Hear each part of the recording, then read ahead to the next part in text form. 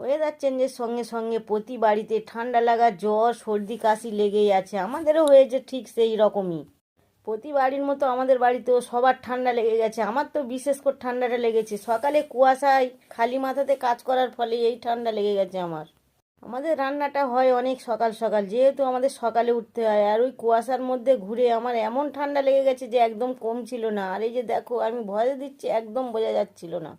একদম ভিডিওটা ছাড়ার ইচ্ছা ছিল না, কিন্তু আমি গ্যাপ দেবো না বলে ওই জন্য ভিডিওটা ছাড়লাম। আর এই যে দেখো, আমার এত ঠান্ডা লেগেছিল, আমি যে বলে বোঝাবো মানে বোঝাতে পারছি না, এত ঠান্ডা লেগেছে আমার।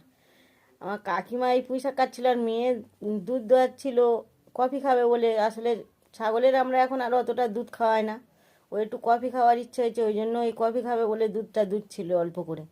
আমি দাঁড়িয়ে দাঁড়িয়ে দেখছিলাম, আর আমার এত ঠান্ডা লেগেছে যে চোখ দিয়ে টপ টপ করে জল পড়ছিল। আর অনেকটা দুধ দিয়েছে মেয়ে কফি খাবার নাম করে।